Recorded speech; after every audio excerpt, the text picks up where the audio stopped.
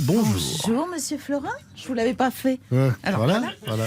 Après sa suspension en mars dernier, le procès de l'affaire Big Malion vient de reprendre. Nous recevons Nicolas Sarkozy, qui figure au rang des prévenus. Bonjour, Nicolas Sarkozy. Bonjour, mademoiselle Jade. Ça va, vous? Oui, très bien. Vous en mêlez pas trop les pinceaux dans toutes les affaires au sujet desquelles que je comparais tous les 4 matins? Un peu, oui. Je suis désolé, hein, ça doit pas être facile à s'y retrouver. Moi-même, j'ai des post-it pour savoir de quoi qu'il s'agit quand on m'interroge. En l'occurrence, l'affaire Big Malion concerne l'explosion de vos comptes de campagne. En fait. Attendez. De quelle campagne qu'on cause? Celle quand j'ai été élu délégué de classe en CM2? Celle pour être président du syndic de copropriété au 36 rue Achille Peretti à Neuilly? Celle aussi quand... Oui, Nicolas Sarkozy, vous savez bien qu'on parle de votre campagne présidentielle de 2012. Ah oui, 2012, d'accord, ça me revient.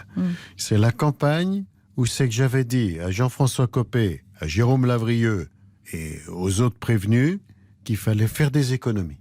C'est ça. Pour les cocktails après les meetings, je me souviens, c'était ma Carlita qui tartinait les toasts au pâté de foie, pendant que moi je préparais moi-même des grandes bassines de sangria, où c'est que je mettais des bouts d'orange, des bouts de pommes et de bananes. Ça coûtait 3 francs 6 sous, mais c'était bien quand même. Bon, ce n'est pas exactement ce qui est écrit dans le rapport de la commission de vérification de vos comptes de campagne. Hein, quoi? Mais qu'est-ce que vous êtes en train de me dire? Que pendant qu'on se serait serré la ceinture à manger des pains surprises mal décongelés et des biscuits de Lacre avec de la clairette de Die, il y en a des qui dépensaient des 1000 et des 100 dans mon dos? Mais quelle indignité! Oui. Quelle va être votre stratégie au cours de ce procès? La casquette. La casquette? Quelle casquette? Vous savez, quand il y a 14 prévenus dans une affaire, il faut toujours mettre une casquette. Comme ça, on ne peut pas vous faire porter le chapeau. Bonjour Fabrice Lucchini, quel bon vent vous amène? Le football, la Jade. Ah bon, c'est nouveau ça. Vous vous intéressez au ballon rond maintenant? Attends, n'aie pas peur. Je vais pas sortir mon écharpe et ma perruque pour gueuler « On a gagné !» ou « chiotte l'arbitre !» Non, tu vois, là où ça me bouscule, comme on dit dans Télérama, c'est que j'ai découvert l'hymne des Bleus pour l'Euro 2021. Tu as peut-être entendu ça, non? C'est énorme. Ah tout à fait, un hymne composé par le rappeur Youssoupha. Tu as raison, la Jade. Avant de citer l'œuvre, il faut toujours situer l'auteur. Donc, je te situe. Youssoupha, c'est le type qui a écrit, je cite, « Parfois, je rappe avec ma tête, souvent, je rappe avec mes burnes. » Ah, oui. L'hymne, hein. Donc, je te dis, le type, il est plutôt honnête, profil bas, il t'avoue avec quoi il a écrit son œuvre. Mais du coup, le revers de la médaille, c'est que quand tu écoutes ses raps, les paroles qu'il a écrites avec ses roubignoles, ça donne des vers comme ça, c'est authentique. Hein. Je cite le brillant sujet. « Je rêve que ma semence de nègre foute en cloque cette chienne de Marine Le Pen. » Ah oui, quand même. Oui. Ça, c'est vrai, ça. Il l'a dit. Oui. Bon, alors revenons vite à l'hymne des Bleus pour l'Euro. Dans l'hymne des Bleus, Youssoupha a dit aussi, écoute bien, je cite, « J'écoute. Écris mon nom en bleu, crie mon nom en bleu, note-le. » Bon, on va dire qu'on est dans la licence poétique à la Rimbaud, matinée de Paul Éluard. On est devant sa télé avec sa bière, sa pizza, on crie des noms, mais en bleu. Pourquoi pas? Je continue. Pagaille, pas de faille. Qui dit qu'on n'est pas de taille? Défendre les lignes et les frères d'armes, ça vient des campagnes et des quartiers. Personne va s'écarter, le camp sera gardé. Les lignes, les frères d'armes, le camp qui sera gardé. Alors là, comment dire? Tu sens clairement que Youssoupha, le nouveau Rouget de Lille, avant d'écrire son hymne, il n'a pas dû relire le baron de Coubertin ou réviser les valeurs universelles du sport pour l'égalité, la fraternité et le fair play. Du coup, tu vois, la Jade, quand j'entends l'hymne des Bleus de Youssoupha, I have a dream. Ah I have a dream. Bien sûr, ça me rappelle le discours d'un pasteur célèbre en 63 à Washington, c'est ça? Exactement, la Jade. Merci. Comme Martin Luther King, I have a dream. Je fais le rêve que Youssoupha écrive plus souvent avec sa tête qu'avec ses burnes. Bon. Ah, Décidément, nous avons beaucoup de visites ce matin. Et un petit nouveau. Bonjour André Manoukian. Bonjour.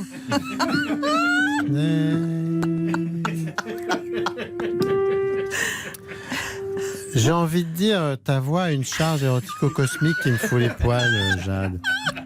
Ah, écoute, t'as un vibrato de lave-linge en position essorale. Tu m'embarques complètement dans ton univers. Mais ça, on me l'a jamais dit, mais c'est gentil. Qu'est-ce qui vous amène? C'est l'hymne des Bleus. Oui. De Youssoupha. Do, ré, mi, Youssoupha. Qui, comme toutes les chansons, a une histoire secrète. Ah, mais on vous écoute, André. Hein. Racontez-nous la vie secrète de cette chanson. Oui, il faut savoir que Youssoupha, fa,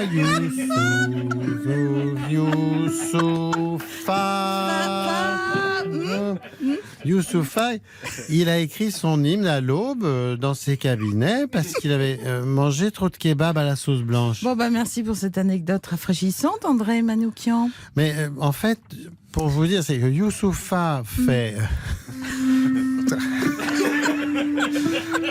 Youssoupha fait rayonner, c'est quand même l'image de la France, Youssoupha. Oui. Il fait rayonner l'image de la France internationale, à l'image de Piaf, de Maurice Chevalier, d'Aznavour, de Lynn Renaud. Mais ce qui est encore plus joli dans cette histoire, c'est qu'au petit matin, Youssoupha,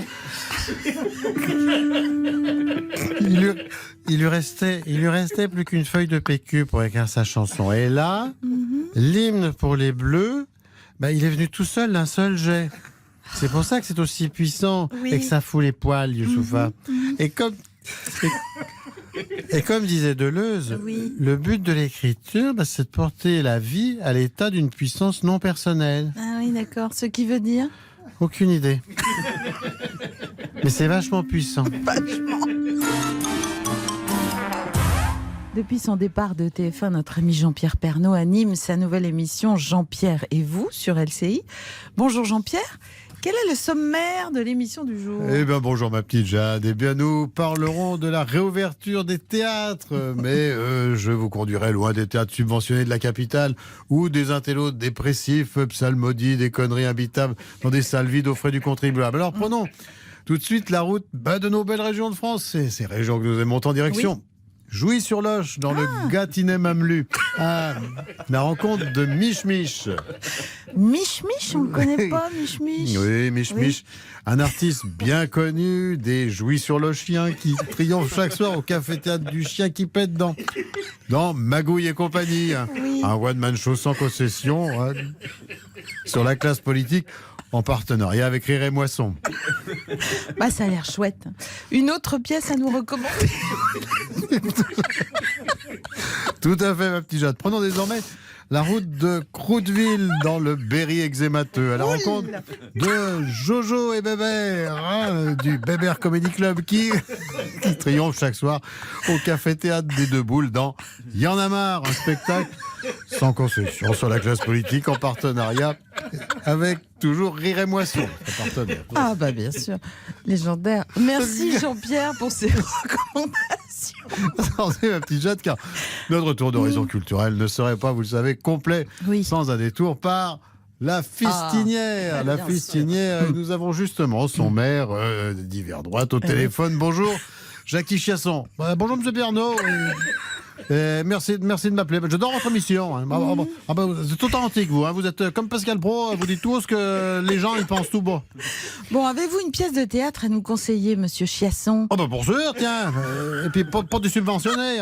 Avec nos sous, les intermittents, Jean-Michel Ribes, non merci. En ce moment, à la Fistinière, on a même un festival de théâtre. Ah bon? Ouais.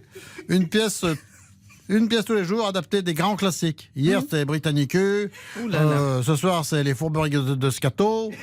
Demain, c'est Hernanus. Et après-demain, En attendant Sodo. Ah oui. Faut venir nous voir. Franchement, vous ne serez pas déçus. Bonjour. Ah, bonjour Pascal Praud. Vous venez nous présenter le sommaire des auditeurs ont la parole.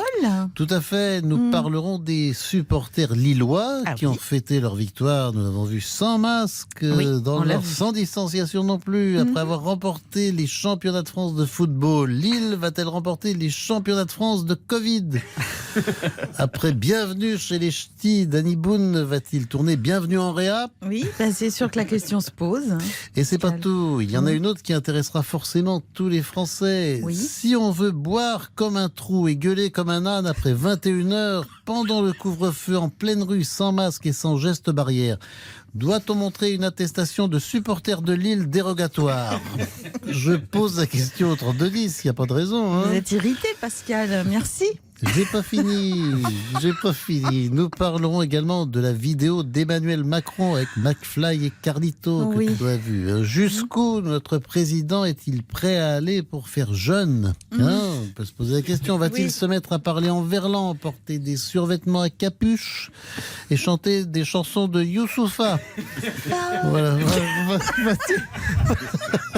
Va-t-il s'acheter du Toshi avec l'argent de poche que lui donne Brigitte? Ou se faire un rail de coke en direct comme un chanteur de l'Eurovision? J'attends vos commentaires et vos réponses et vos appels au 3210. On dira qu'on retrouvera d'ailleurs jeudi en live streaming avec Eddie Mitchell. Absolument.